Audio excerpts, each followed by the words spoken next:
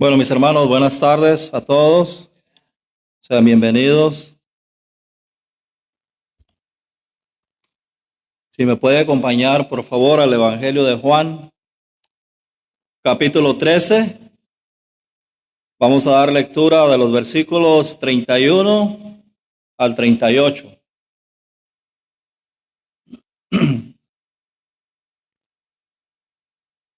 Si está en su capacidad ponerse en pie, por favor, si me acompaña, vamos a dar lectura a esta porción de la Escritura. Juan 13, versículos 31 al 38. Dice así la palabra del Señor. Entonces, cuando hubo salido, dijo Jesús, esto es hablando de Judas, que se va del grupo, ahora es glorificado el Hijo del Hombre, y Dios es glorificado en él. Si Dios es glorificado en él, Dios también le glorificará en sí mismo, y enseguida le glorificará. Hijitos, aún estaré con vosotros un poco. Me buscaréis, pero como dije a los judíos, así os digo ahora a vosotros, a donde yo voy, vosotros no podéis ir. Un mandamiento nuevo os doy, que os améis unos a otros como yo os he amado, que también os améis unos a otros. En esto conocerán todos que sois mis discípulos, si tuviereis amor los unos con los otros. Le dijo Simón Pedro, Señor, ¿a dónde vas? Jesús le respondió, a donde yo voy no me puedes seguir ahora, mas me seguirás después. Le dijo Pedro, Señor, ¿por qué no te puedo seguir ahora? Mi vida pondré por ti. Jesús le respondió, ¿tu vida pondrás por mí? De cierto te digo, no cantará el gallo sin que me hayas negado 3 veces. Mis hermanos pueden tomar asiento, hasta ahí la porción de la Escritura. Vamos a estar exponiendo esta tarde o la tarde de hoy nuestro sermón en este pasaje. Debido a nuestra celebración de la asamblea de miembros la semana pasada, nos habíamos apartado por algunas semanas de nuestra serie de sermones expositivos en el Evangelio de Juan. Pero hoy vamos a seguir, vamos a retomar la serie y para aquellos, si recuerdan o si tomó notas, el último sermón que fue predicado en el Evangelio de Juan fue precisamente el pasado 15 de febrero por el pastor Rafael, y después de ahí continuamos con algunos temas aislados y todo lo que tuvo que ver con nuestra constitución para la asamblea de miembros. Así que hoy vamos a estar cerrando este capítulo 13 en estos textos que hemos leído. Y mis hermanos, solamente para poner en contexto un poco este pasaje, esta porción de la Escritura que nosotros hemos leído marca el inicio del discurso de despedida del ministerio terrenal de Jesús, tras la salida de Judas Iscariote del grupo, donde el Señor redefine la gloria a través de la cruz y establece el amor sacrificial con la frase que hemos leído, como yo os he amado. Esa marca es una de las marcas distintivas de sus verdaderos discípulos. Pero en medio de este anuncio encontramos que el Señor predice la negación del apóstol Pedro.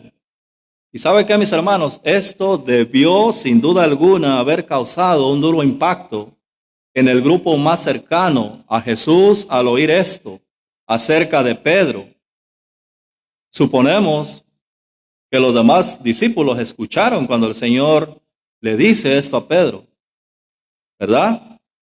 Recuerde que ya de por sí vienen de escuchar que uno de dentro del grupo traicionaría a Jesús, como el caso de Judas, que uno lo entregaría, y hasta ese momento nadie sabía a ciencia cierta quién era exactamente.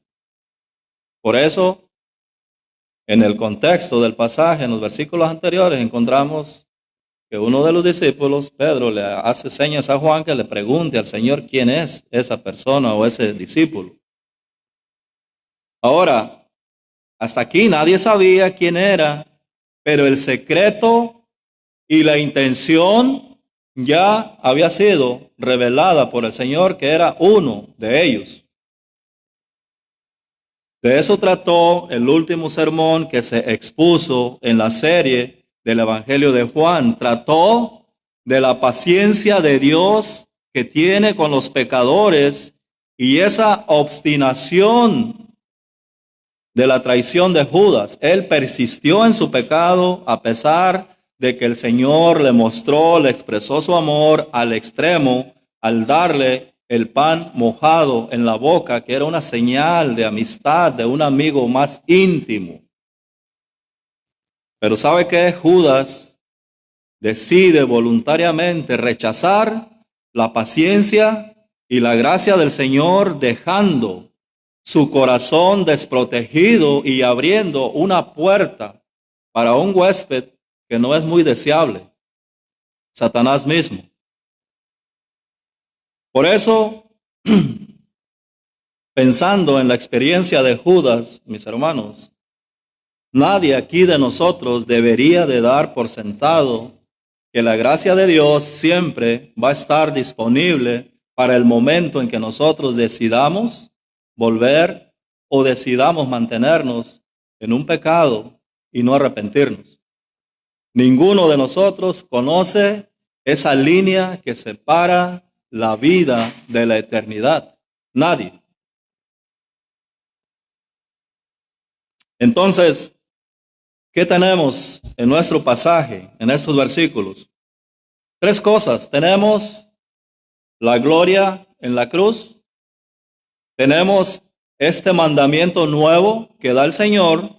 Y tenemos la advertencia al apóstol Pedro, que de paso es una advertencia a nosotros también.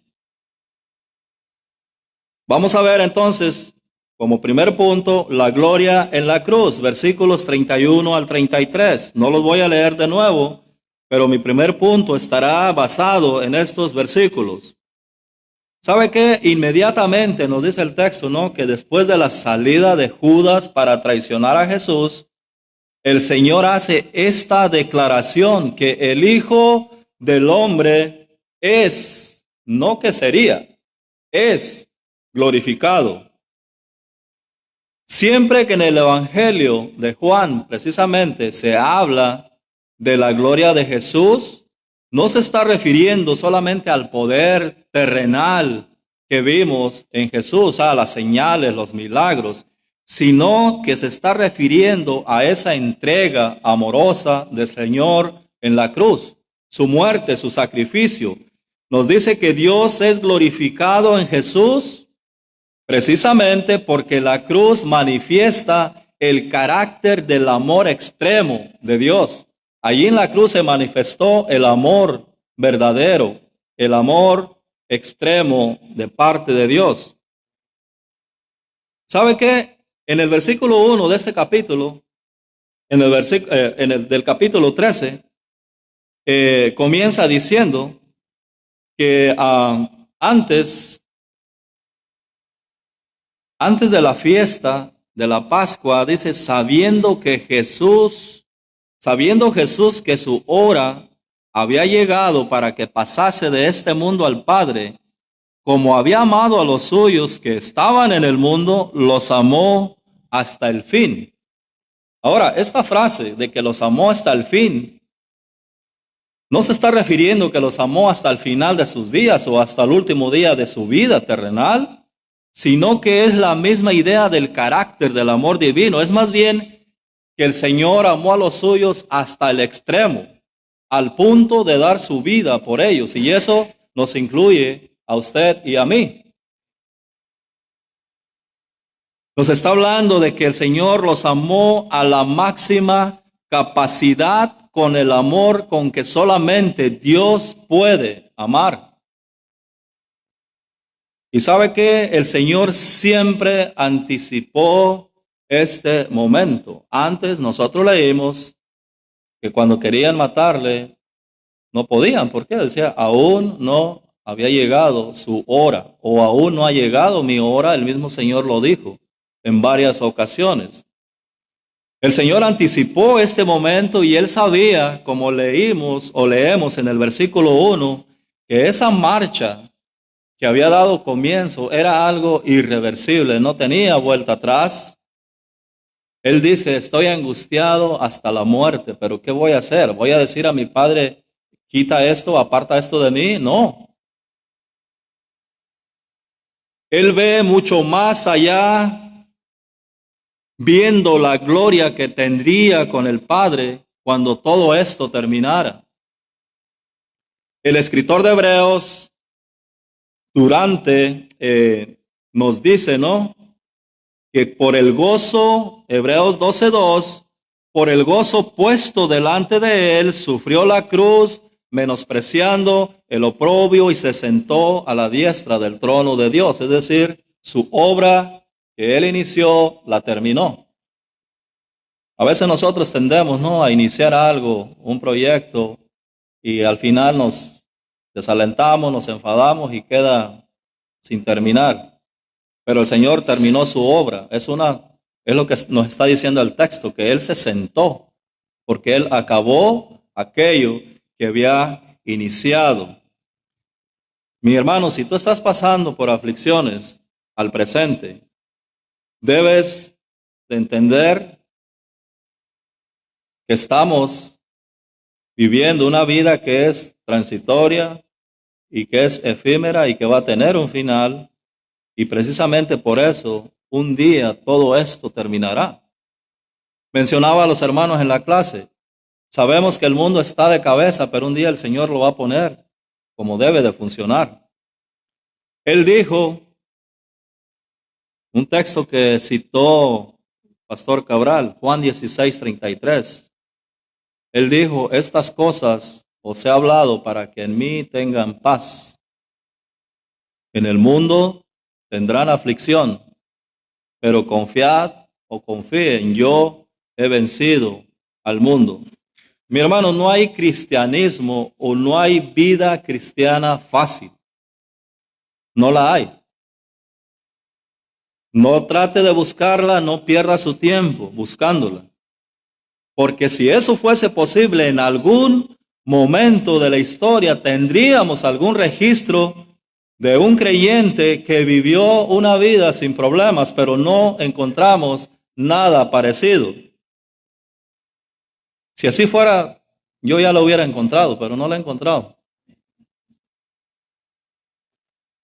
Contrario a eso, más bien la palabra de Dios y la historia misma sí registra como hombres piadosos que amaban al Señor, que solamente tuvieron una vida que se caracterizó por aflicciones, por dolor y sufrimiento. Ayer mismo en nuestra reunión de hombres hablábamos o se mencionaba el caso de algunos misioneros que tuvieron que dar su vida por amor a Cristo, por amor al Evangelio, y nunca vieron el fruto de su sacrificio. En algunos casos fue la esposa de un misionero. Los que conocen la historia saben a quién me refiero. Otros tuvieron que pasar años, generaciones para ver el fruto de su sacrificio. El Señor mismo, el ministerio del Señor mismo es el ejemplo. ¿Qué fue lo que hizo el Señor? Nos dice Lucas narrando en el libro de los Hechos, en un testimonio que da Pedro, que solamente el Señor se dedicó a hacer el bien, sanando enfermos. Pero ¿qué fue lo que él recibió? Pero gracias, mis hermanos, a que el Señor no deja caer a tierra sus promesas. Él dice que su palabra nunca vuelve a él vacía, porque es como esa lluvia. La lluvia temprana la necesita la planta para fortalecer su raíz y la lluvia tardía la necesita para ese fruto. Y el Señor envía ambas. Envía el evangelio, la persona es salva, pero también envía el mismo evangelio para que ese hermano crezca y se fortalezca en su fe, que su vida sea una vida cada día más santa, más cerca al Señor. Ahora, hablando de las aflicciones, mencionaba la vida misma de nuestro Señor Jesucristo. El texto nos dice literalmente, Hechos 10, si usted está tomando notas, 10:37 al 39. Ahora, ¿de dónde viene esta? Bueno, Pedro va al encuentro, ¿no?, del primer gentil. No es el que está acá, es otro Cornelio. Cuando éste se convierte al evangelio, y Pedro le da un pequeño testimonio de ese Jesús que había enviado a los hijos de Israel para anunciar las buenas nuevas de paz, pero implícitamente en el pasaje también nos revela no solamente el mensaje, sino también el carácter del mensajero. Mi hermano, el mensaje que usted escucha es importante, pero también es importante el carácter de la persona que transmite el mensaje. Tiene que ser ambas cosas. El predicador y su doctrina, el predicador y su carácter.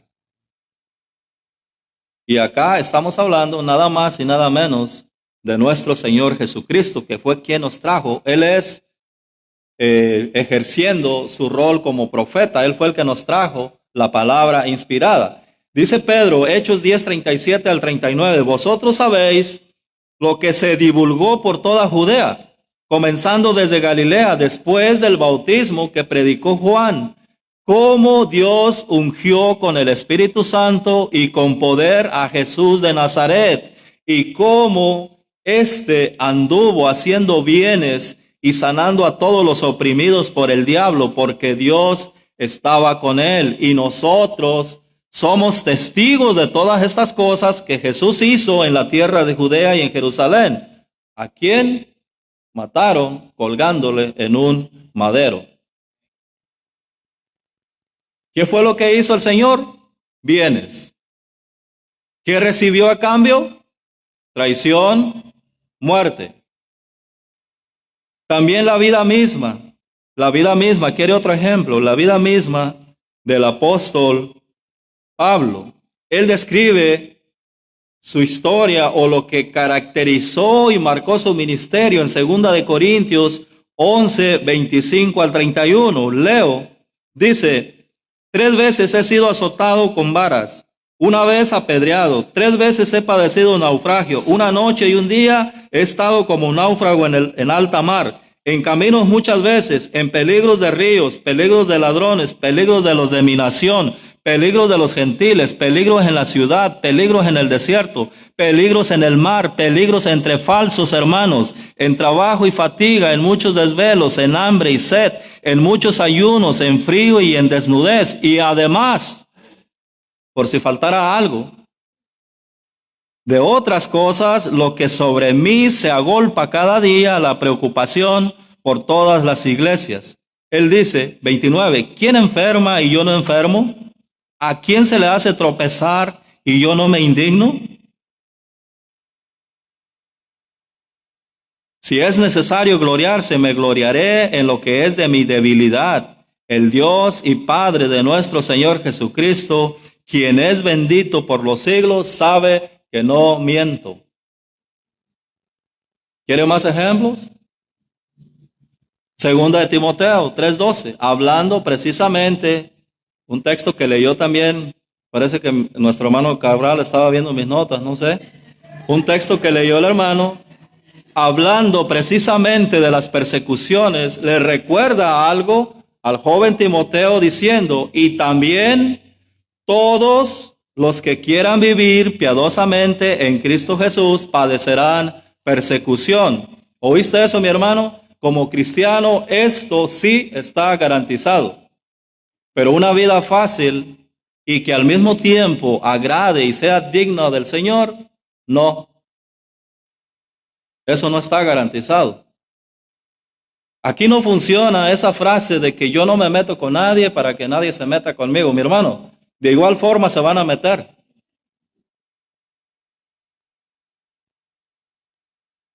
Tarde o temprano alguien se va a meter y no te va a pedir permiso para hacerlo. Cristo es nuestro mayor ejemplo y lo mostró con hechos. Él dijo en los versículos anteriores a nuestro pasaje que leímos, cuando Él lava los pies de los discípulos, Él dice, ustedes me llaman maestro y señor y hacen bien porque lo soy. Pues si yo siendo el Señor y maestro he lavado sus pies, por consiguiente, ustedes pueden hacer lo mismo entonces los unos con los otros. ¿Por qué? Porque ejemplo les he dado para que como yo he hecho con ustedes, ustedes también lo hagan entre ustedes. Recuerde esto, mi hermano, como primer punto, sin cruz no hay gloria. No hay gloria sin cruz. Lo puede poner a la inversa acá, como dicen las matemáticas, el orden de los factores no altera el producto. Satanás en la tentación le ofreció a Jesús todos los reinos y la gloria del mundo sin tener que pasar por la cruz ni el sufrimiento. Pero él sabía, Jesús sabía que esa no era la gloria que buscaba ni la voluntad que honraba al Padre, a quien él siempre quiso agradar desde toda la eternidad. Punto número 2. Creo que nos vamos a ir temprano, ¿no? Así, si yo hablo rápido, usted escuche rápido. Punto número 2, el nuevo mandamiento. Versículos 34 al 35. Ahora, la pregunta es, ¿en qué sentido es este mandamiento nuevo? Todo judío conocía, por ejemplo, Levíticos 19:18, donde dice, no te vengarás ni guardarás rencor a los hijos de tu pueblo, sino amarás a tu prójimo como a ti mismo. Y al final, como el sello de una firma, yo, Jehová. Todos conocían ese texto.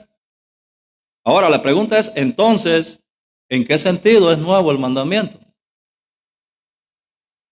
Sí, era nuevo por la medida de amor que demanda el texto. ¿Cuál es? Como yo os he amado. No es el tipo de tu amor, es el amor de Cristo. Con esa medida. Y esto introduce un parámetro distinto y novedoso a lo que ellos conocían en la ley, al menos por dos razones. Número 1, el tipo de amor que el Señor mostró y el cual pide de nosotros mismos es un amor sacrificial, un amor conforme al patrón y a la medida de amor establecido por Él mismo. Más adelante, en el capítulo 15, versículo 13, Él va a decir algo acerca de este amor o de esta característica de su amor. Él dice, nadie tiene mayor amor que este, que uno ponga su vida por sus amigos. Ahora, el Señor no está diciendo que nadie puede hacerlo. Él está diciendo que no hay otro tipo de amor o de nivel más alto o mayor que esta clase de amor que Él mostró al dar su vida por nosotros.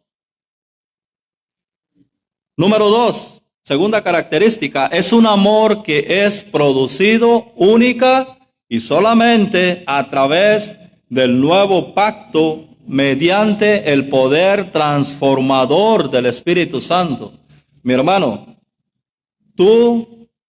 Romanos 5:5 dice que Dios ha derramado su amor en nuestros corazones por medio del Espíritu Santo que nos ha sido dado. Si tú te llamas creyente, tú no tienes excusa de decir yo no puedo amar a una persona así como Cristo me manda hacerlo. El Señor nunca te va a pedir algo que no puedas hacer. Si tú dices no puedo, cambia la frase puedo por no quiero. Ahí estamos hablando de otra cosa. Si quieres saborear y experimentar este tipo de amor, número uno, tienes que nacer de nuevo. No hay forma como hacerlo por ti mismo. En esa famosa conversación de Jesús a Nicodemo, él le dice, si no naces de nuevo, no puedes ni siquiera verlo, mucho menos entrar, hablando del reino de Dios, que precisamente es un reino de amor, de justicia y de paz. Y Gálatas 5, 22 al 23, nos revela la evidencia y el fruto que produce este tipo de amor. Ese amor que fue derramado en tu corazón al momento de la regeneración, ¿verdad? Nos dice el texto que es amor, gozo, paz, paciencia, benignidad, bondad, fe, mansedumbre y templanza. Contra estas cosas no hay ley. ¿Qué significa? El Señor nunca te va a castigar o nunca te ha dicho que te has excedido en amar. No hay límite para hacerlo. ¿Y sabe qué? Ante estas demandas y ante estas exigencias de este tipo de amor, es aquí donde a nosotros se nos complica todo, ¿verdad? Cuando somos confrontados a poner en ejercicio este tipo de amor, es ahí donde se nos complica la situación. Mateo 7:12 dice, hablando de la famosa regla de oro, así, y no es Mateo, es el Señor, el Mateo solamente recoge las palabras de Cristo. Así, todas las cosas que queráis que los hombres hagan con vosotros, así también haced vosotros con ellos, porque esto es la ley y los profetas. No es difícil, ¿verdad? De entender. Lo difícil es aplicarlo. Lo difícil es aplicarlo. Romanos 2:17 dice, no paguéis a nadie mal por mal, procurad lo bueno delante de todos los hombres. Y ese todos, ¿sabe qué, mi hermano? Ese todos incluye a los que te caen bien e incluye también a los que no te caen tan bien. No es solamente el que te felicita, el que te aplaude o el que está de acuerdo contigo, es también aquel que te critica, aquel que está en desacuerdo contigo y es incluye a aquel que siempre te lleva a la contraria, o al menos en tu percepción. Por eso es un tipo de amor ágape. Porque esta clase de amor es un amor incondicional. Nosotros somos expertos en poner reglas y condiciones, ¿no? Para que las cosas se den o sucedan. Es un amor activo, en acción, es un amor servicial, es un amor sacrificial. Y Jesús lo demostró lavando los pies sucios de sus discípulos, incluyendo ejemplo o ese dado a aquel que lo traicionaría. Él, el Señor, con razón confronta y reta a los discípulos diciendo, porque ejemplo os he dado. A veces nosotros, como padres, queremos que nuestra autoridad en la casa con nuestros hijos o con nuestra esposa, sin ofender a nadie ni raspar muebles, como dicen, queremos que funcione solamente por el título de padre o esposo. Pero en la mayoría de los casos, ¿sabe por qué no hay autoridad moral o respeto? Ese respeto que usted demanda y exige, ¿sabe por qué no lo hay? Porque no hemos sido de buen ejemplo, simplemente. No hemos sido buen ejemplo bajo el estándar de aquello que profesamos ser como creyentes. Eso de que usted le dice a su hijo, no hagas lo que yo hago, sino haz lo que yo te digo, eso no funciona. Y si yo le digo que no funciona es porque yo lo traté en un tiempo. Nadie me lo contó. El Señor dijo que el Hijo hace todo lo que ve hacer el Padre, ¿verdad? Lo mismo con la esposa, no nada más con nuestros hijos, en el caso de los hombres acá. Ponga atención. A veces les queremos leer a nuestras esposas en la cara, Efesios 5:22, las casadas estén sujetos a sus propios maridos como al Señor. Y todos dicen amén. Pero la esposa responde, bueno, sométeme tú si puedes.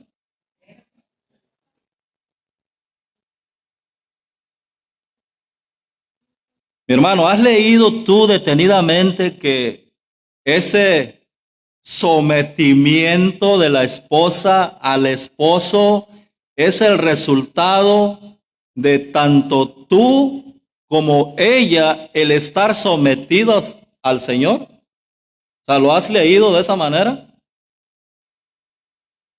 Es un sometimiento voluntario, no impuesto, como el fruto o el resultado de tu sometimiento al Señor y de tu amor sacrificial por tu esposa, por ella, y no por algo que tú demandas como un derecho propio. Y perdonen, hermanos, me emocioné. ¿Sabe qué? Este tipo de amor es la verdadera identidad de un creyente. La verdadera marca que distingue a un discípulo o a un seguidor de Jesús no es primariamente la doctrina, el poder o la riqueza. Es el amor fraternal que tiene el cristiano hacia sus hermanos. Es el poner a mi hermano por encima de mis derechos. Pablo dijo, si el comer yo carne sacrificada a los ídolos le es tropiezo a mi hermano, nunca más comeré carne, por amor a él. Es un amor sacrificial. En una conferencia, un pastor dice, sabe que aunque hablamos español, estamos acá de diferentes países, a veces algunas palabras que para algunos no son ofensivas, para otros países sí. A ese predicador le dijeron cuando llegó para ser exactos, a Puerto Rico, dice, mire, aquí no puede decir esto porque es una ofensa. El pastor dijo, bueno, ¿y a mí qué me importa? Que aprendan español. Pero eso, mi hermano, eso nos reímos, pero no es la actitud que deberíamos de tener. Hay una hermana acá que me dijo en una ocasión, hermano, eso para nosotros significa otra cosa. Yo le dije, hermana, muchas gracias, le prometo que nunca más voy a decir eso. Yo no voy a hacer de tropiezo, o sea, pero cuando a nosotros no nos importa la salud espiritual o el estancamiento de mi hermano o que va a causar este hecho de que yo le soy de tropiezo, o sea, yo no estoy mostrando el tipo de amor de Cristo.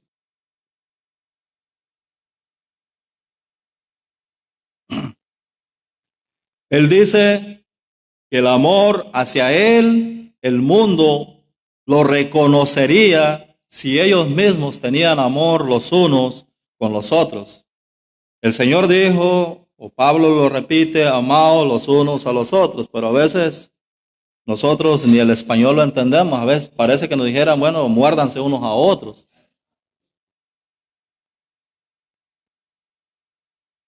¿Sabe qué, mi hermano? Yo asumo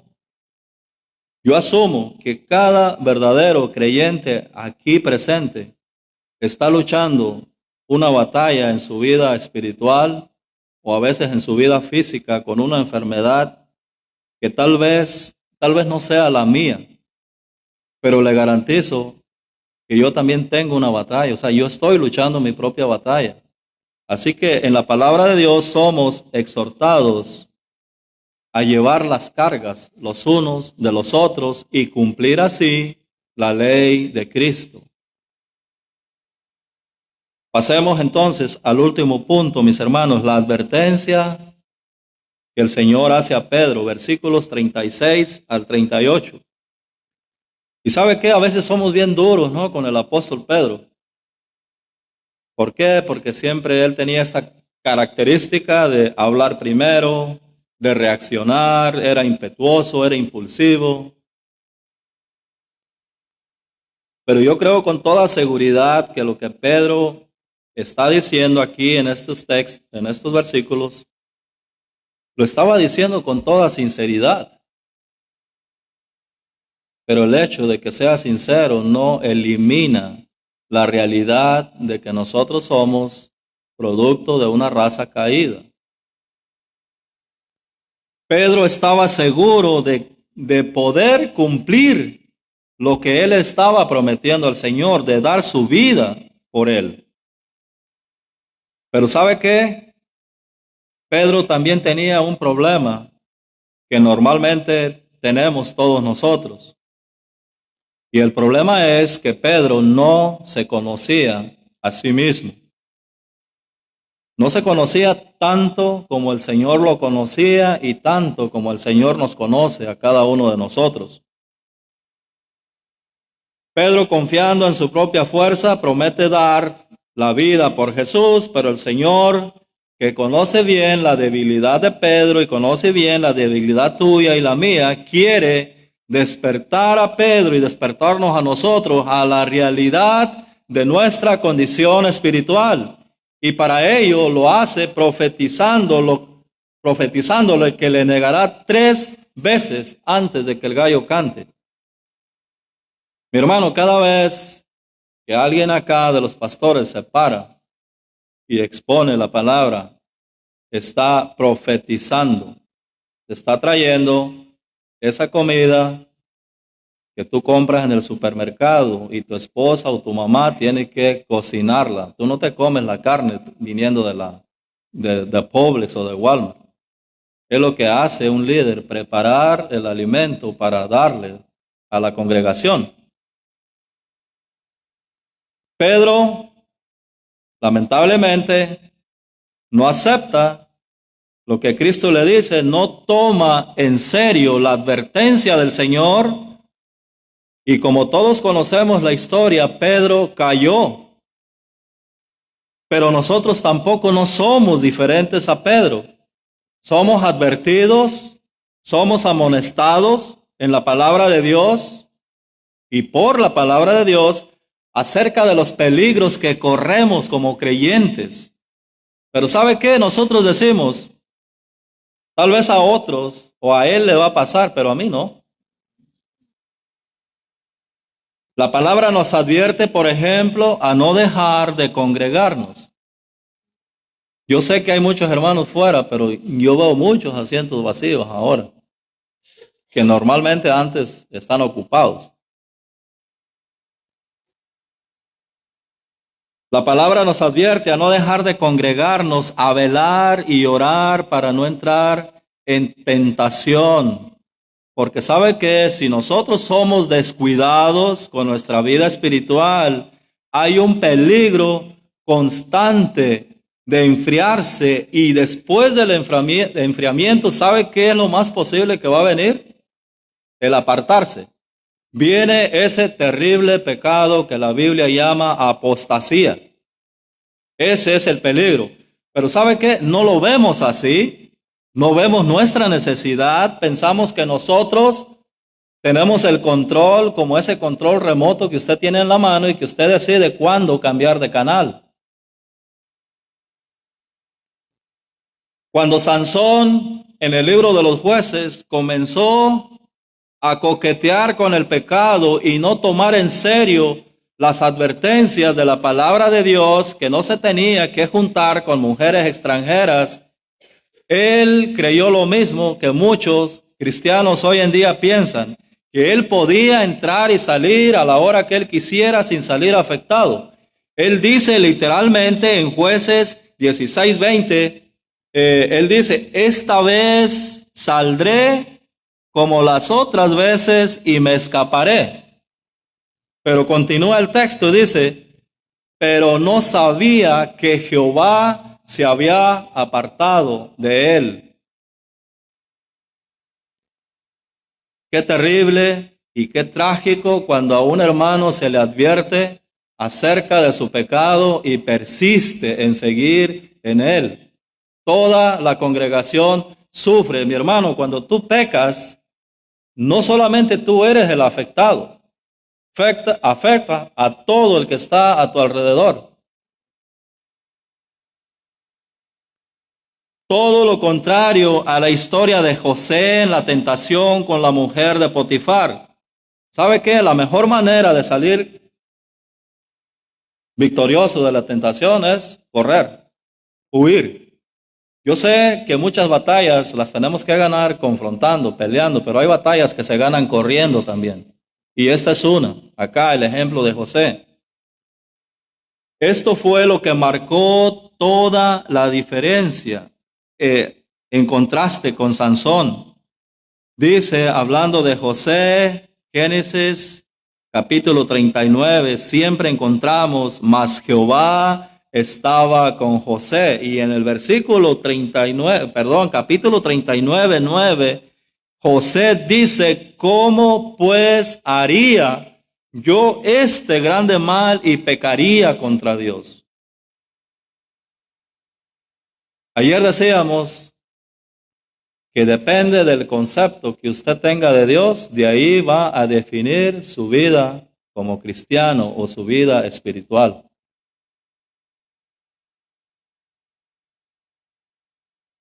El único amor que es capaz de renunciar a todo aquello que creemos nuestro derecho y que puede dar la vida misma por amor al Señor y a sus hermanos, es precisamente aquel amor que viene del fruto del grande amor que mostró Cristo, como lo dice en este pasaje que ya leímos, Juan 15:13. Nadie tiene mayor amor que este, que uno ponga su vida por sus amigos. Para terminar, mis hermanos, vamos a hacer una aplicación de este pasaje a modo de conclusión, algo práctico. Nosotros como comunidad cristiana, como iglesia, estamos llamados a ser reconocidos no por la estructura del edificio que tenemos, sino por un amor servicial y concreto que imita la entrega total de Jesús en la cruz. Como ya mencionamos, porque la cruz es la máxima expresión y manifestación del amor de Dios al mundo a través del sacrificio y de la muerte sustitutiva de Cristo como ofrenda por el perdón de los pecados. Nosotros no amamos a los cristianos o a las personas del mundo. Nosotros amamos a creyentes y personas específicas, concretas e individuales. Es fácil decir, yo amo a mis hermanos que están en la India o que están en China. Lo difícil es amar al hermano que tienes a tu lado, a tu mano derecha o a tu mano izquierda. Alguien decía, refiriéndose a la humanidad, él decía, yo amo al mundo. Lo difícil o lo que se me complica es amar a las personas. Sí, porque amar al mundo es algo genérico, o sea, no define nada. Le pregunto, ¿quiere usted que el mundo vea y sepa cuánto usted ama al Señor? Ame a su hermano. Es la respuesta. Ama a tu vecino. Sí, ese vecino que a veces no te deja dormir porque tiene la música alta. Ese vecino que a veces bota la basura al pasar frente a tu casa. O ese vecino que tiene gatos que se suben a tu carro y te araña la pintura. El intérprete de la ley que quiso congraciarse con Jesús en la parábola del buen samaritano, él le pregunta, ¿quién es mi prójimo? Y después de que el Señor le narra el suceso de los hechos, de cómo esta persona fue asaltada, lo lleva al final a una pregunta bien incómoda que al final él tiene que responder, y es la respuesta que él estaba buscando al principio. Él le pregunta, ¿quién es el prójimo de esa persona? Y él le dice, bueno, no se atrevió ni siquiera a decir al samaritano, dice, aquel que hizo de él misericordia. ¿Cuál fue la respuesta del Señor? Ve y haz tú lo mismo. En otras palabras, si tú haces eso, le dice al intérprete de la ley, si tú haces eso, vas a mostrar o a demostrar el amor que tú tienes a Dios y a esa ley que tú dices respetar y que tú tienes, que dices tener en alta estima y te deleitas en ella. Él era un abogado de la ley. El apóstol Juan nos exhorta a amar, esto es duro, de hecho, y no solamente de palabra. Él dice, primera de Juan 3:18, hijitos míos, no amemos ni de lengua, no amemos de palabra ni de lengua. El apóstol Juan sabía que somos muy fáciles para hablar y comprometernos y no cumplir, ¿verdad? Sino de hecho y en verdad. ¿Por qué esto es importante, mi hermano? O debería al menos de importarnos. Porque esta actitud revela una gran realidad. Si usted sigue leyendo el versículo 19, se va a dar cuenta que esta actitud revela, si usted hace esto, va a revelar que usted está en la verdad y que nuestros corazones están seguros en Él. En otras palabras, no hay temor para alguien que ama de esta manera porque sabe que su amor está anclado y arraigado en el amor de Cristo. Vamos a orar, mis hermanos. Padre, gracias te damos por tu palabra. Señor, sabes que como pastores tenemos muchas aflicciones, Señor, no solamente las nuestras, sino de todo lo que sucede y concierne a nuestra congregación. Te pedimos, Señor, primeramente por los líderes, que nos des un amor como el tuyo para amar a nuestros hermanos. Te pedimos asimismo, Señor, que tu palabra que ha sido expuesta haya cabida en el corazón de mis hermanos, que pueda haber un cambio, un arrepentimiento, un pedir perdón, sea entre hermanos, sea entre esposo o esposa, para que tu nombre en todo y en todos sea exaltado y glorificado. Gracias por tu palabra, gracias por tu paciencia, gracias por tu amor. En el nombre de Cristo. Amén.